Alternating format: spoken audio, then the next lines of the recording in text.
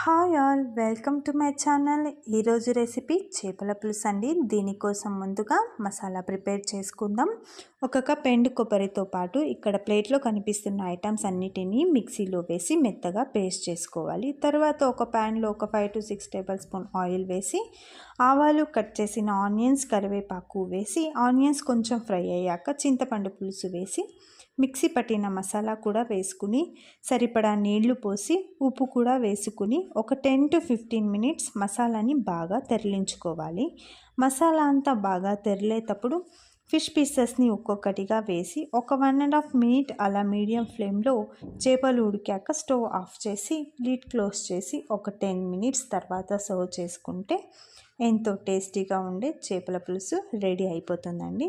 మీరు కూడా ఈ రెసిపీని ట్రై చేసి ఎలా వచ్చిందో కమెంట్ చేయండి. అండ్ ఇలాంటి మరెన్నో రెసిపీస్ కోసం నా ఛానల్ని సబ్స్క్రైబ్